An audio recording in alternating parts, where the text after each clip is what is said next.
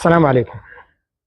Before we talk about how communication happens in the age of social media, TikTok algorithms, and AI chatbots, we need to go back to 1948, back to a time when communication theory wasn't even a phrase most people used.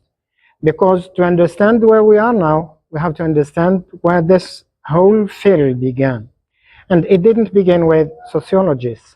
It didn't begin with psychologists. It began with an engineer.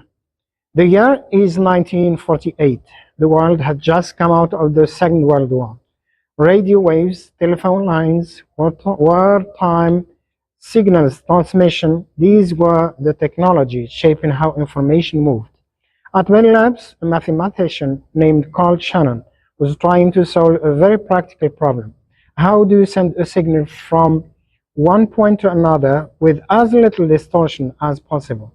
Alongside him, Warren Weaver took Shannon's technical work and reframed it for a broader audience, human communication. That same year, a political scientist named Harold Laswell was asking a very different but related question, not about signals, but about propaganda and mass persuasion. He proposed one simple sentence that would define an entire field. Who says what, in which channel, to whom, with what effect? Two thinkers, two disciplines, one shared moment, and together they gave us the first real model of communication. So what did they actually propose? Shannon and Weaver gave us a simple linear chain: sender, encoder, channel, decoder, and receiver. A message starts somewhere. It gets encoded, turned into a signal. It travels through a channel. It gets decoded on the other end, and somewhere in that middle, they introduced a concept we still use today: noise. Anything that distorts or interferes with the signal. Laswell's model ran parallel to this. It stripped communication down to a functional checklist, asking who is speaking, what they are saying, through what medium, to which audience, and to what. Why this matters? Sociologically, now here's where it gets interesting. This wasn't just an engineering model, it was whether they intended it or not.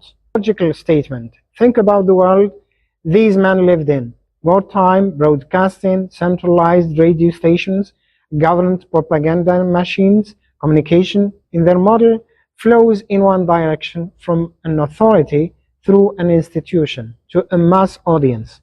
It's top-down, it's hierarchical. This reflects a functionalist view of society, one where communication exists to maintain order, disseminate authority, and hold institutions together. The listener doesn't talk back, the audience doesn't push back, the message simply arrives. Why this matters psychologically? Notice something about this model. The receiver has no inner life, no interpretation, no emotion, no resistance. The message goes in one end and understanding comes out the other, like a signal through a wire. This is a pure behaviorism. Stimulus in, response out. The mind in this model is a black box. We don't need to know what's happening inside it. Only that message goes in and an effect comes out. Sound familiar? It should. This was the dominant psychology of the era, and it shaped how an entire generation of thinkers imagined the human mind receiving information. And this is important, the model broke down almost immediately once people started asking harder questions. Where is the feedback? Real communication is not one way. I speak, you respond. I adjust that back and forth is completely missing here. What is meaning making? People don't just decode messages like machines. They interpret, they resist, they bring their own culture, mood, and memory into every exchange. And where the context? Strip away relationships, culture, history, and what you are left with isn't human communication anymore. It's just signal transfer. Later, scholars Wilbur Schramm most notably took this rigid linear chain and bent it into a loop, adding feedback and turning it into something closer to a real conversation. Why we still talk about it today. So, why does any of this matter now in 2026? In a world of algorithmic feeds and AI generated speech, because the technical half of this model never went away. Every time you deal with bandwidth, signal loss, data compression, or network latency, you are living inside Shannon's original framework. It still governs how information physically moves, but the human half, that part is almost obsolete. Modern communication is not sender to receiver anymore. It's multi-directional. It's shaped by likes, comments, shares, algorithmic amplification feedback loops that Shannon and Weaver sitting in a lab in 1948 could never have imagined. And that's exactly why we start here.